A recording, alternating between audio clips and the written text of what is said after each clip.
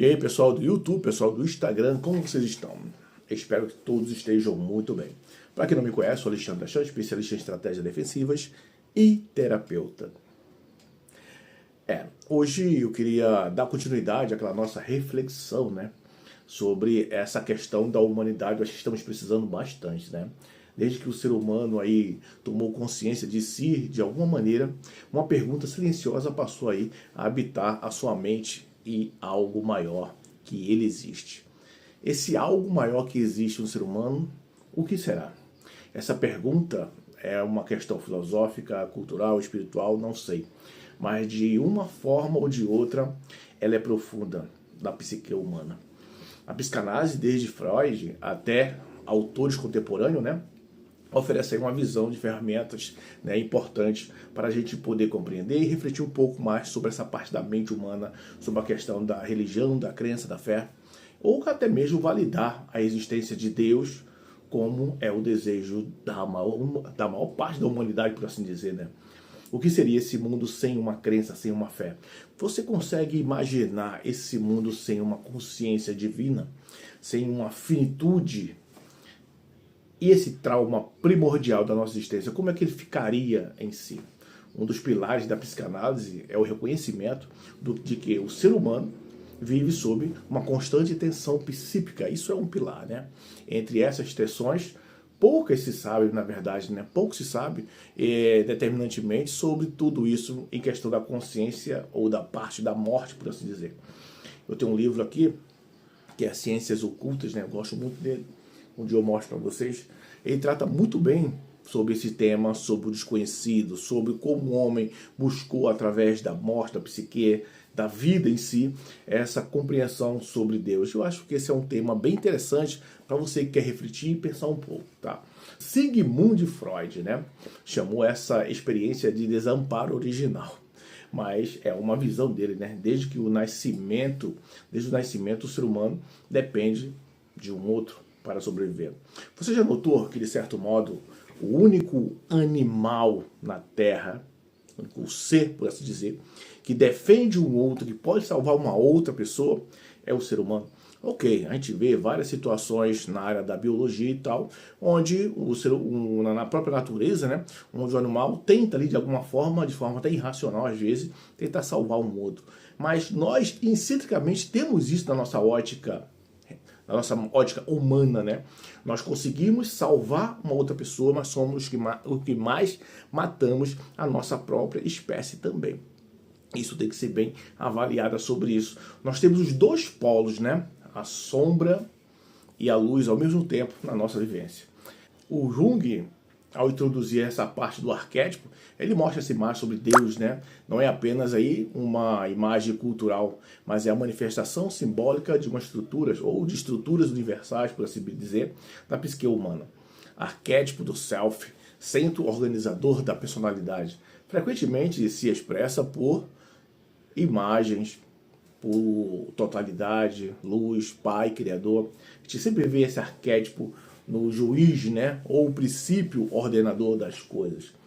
Mas, indo bem aprofundadamente, a necessidade de validar Deus nesse sentido não é apenas aí uma moral religiosa, mas psíquica também. A mente humana, de um certo modo, ela precisa acreditar que o caos tem limite, que a dor não é arbitrária, por um acaso e tal, que a vida não é simplesmente um acidente sem narrativa. Deus funciona como um princípio de sentido, mesmo para aqueles que racionalmente o negam.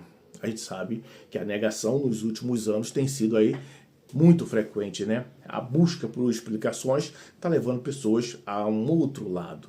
Quando esses arquétipos é reprimido de certo modo e negado sem elaboração, ele não desaparece. Ele se desloca para uma outra coisa, que é o que está acontecendo. Pode surgir como ideologia, culto à ciência, identidade ou até mesmo do próprio ego. A psicanálise fala muito sobre isso, que observa que o ser humano não vive sem um absoluto, ele precisa de algo muito maior que ele. E quando ele não encontra, ele simplesmente muda o nome e o altar. A função paterna, por assim dizer, da estrutura da lei que é formada com tudo isso, com essa coisa que é formada na nossa mente humana, Lacan também se aprofunda um pouco nessa ideia, né? Ele entra nessa discussão ao falar da função do nome do pai. Da psicanálise é bem interessante, lacaniana, né? Ela mostra que simplesmente o pai não é apenas uma figura biológica, mas um operador simbólico da lei, do limite da linguagem. Ele representa aquilo que organiza o desejo e impede basicamente, né, faz aquela impedição do colapso da psique humana e no próprio gozo do absoluto. Deus, em muitas culturas, por assim dizer, ocupa basicamente simbolicamente, né, essa função.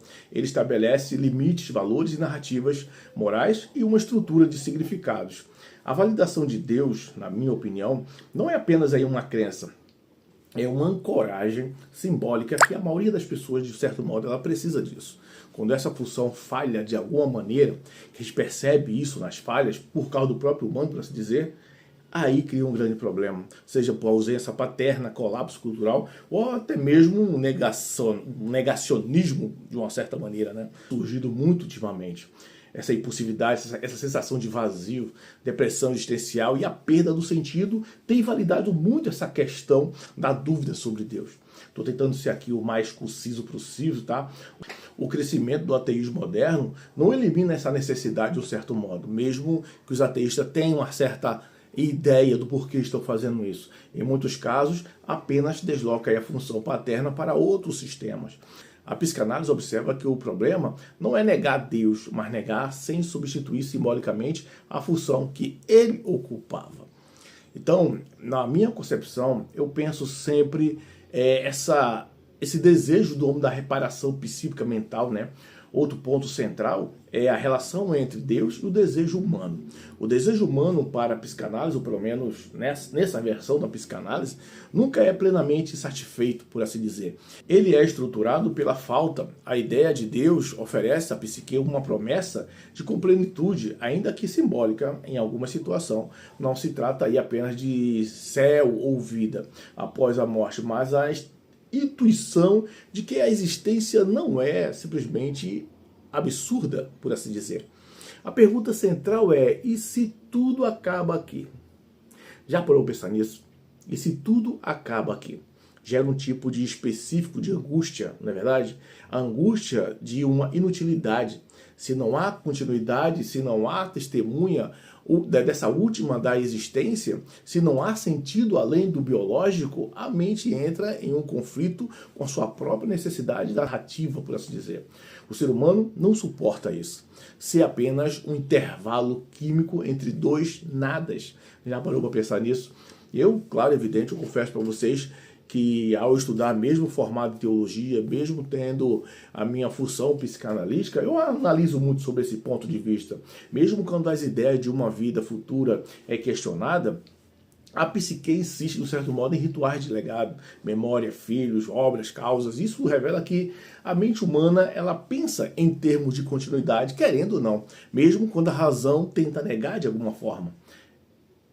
Pense bem se não é bem isso. Pense se isso não parece um espelho do inconsciente de uma certa forma. Eu gosto de ir por essa linha da psicanálise contemporânea, que reconhece que Deus também funciona como um espelho projetivo.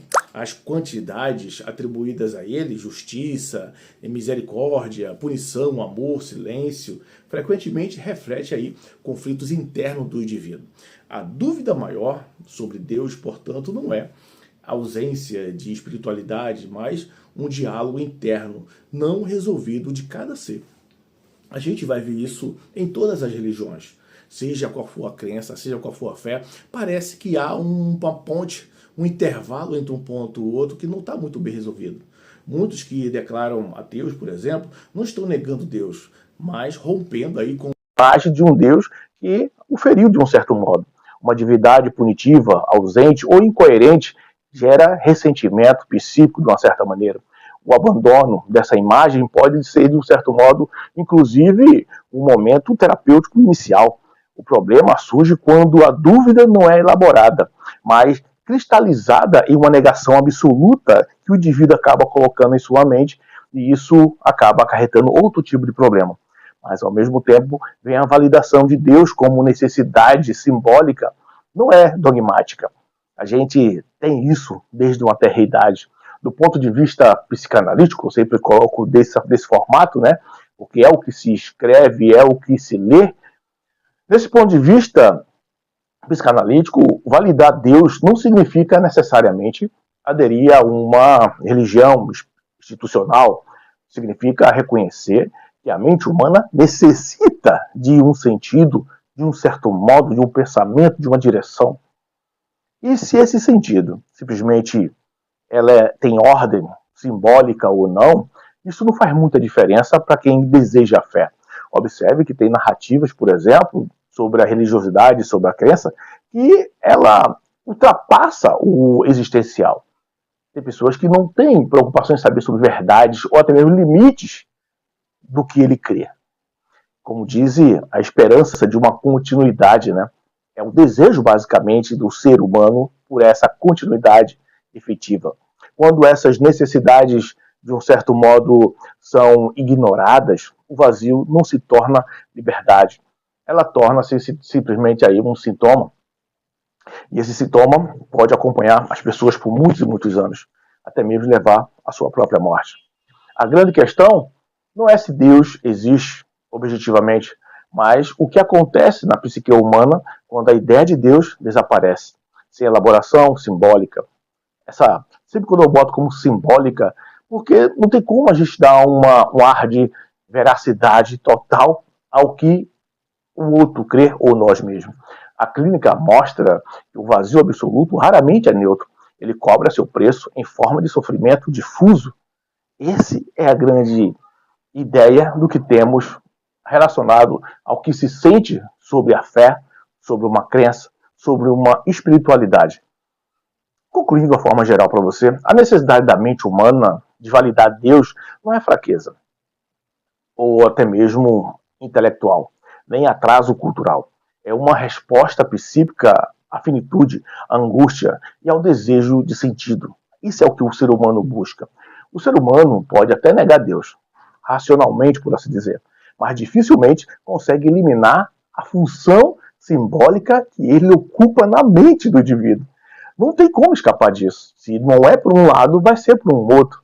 Talvez a pergunta mais honesta que a gente pode fazer não seja Deus existe, mas quando tudo perde o sentido. O que sustenta minha psique? O que sustenta essa psique quando tudo perde o sentido? A dúvida, quando acolhida, pode ser o início de uma espiritualidade mais madura. O perigo não é simplesmente esse questionamento em questionar Deus, está em acreditar que o ser humano consegue viver sem nenhum absoluto. Esse absoluto, ele tem que ser buscado. E talvez nós estejamos aqui nessa terra para isso. Talvez seja essa a função humana. Se não for achar um Deus, ele acaba criando. Fique com Deus. Se for novo por aqui, se inscreva no canal e nos veremos no próximo vídeo. Se cuidem sempre. Fui.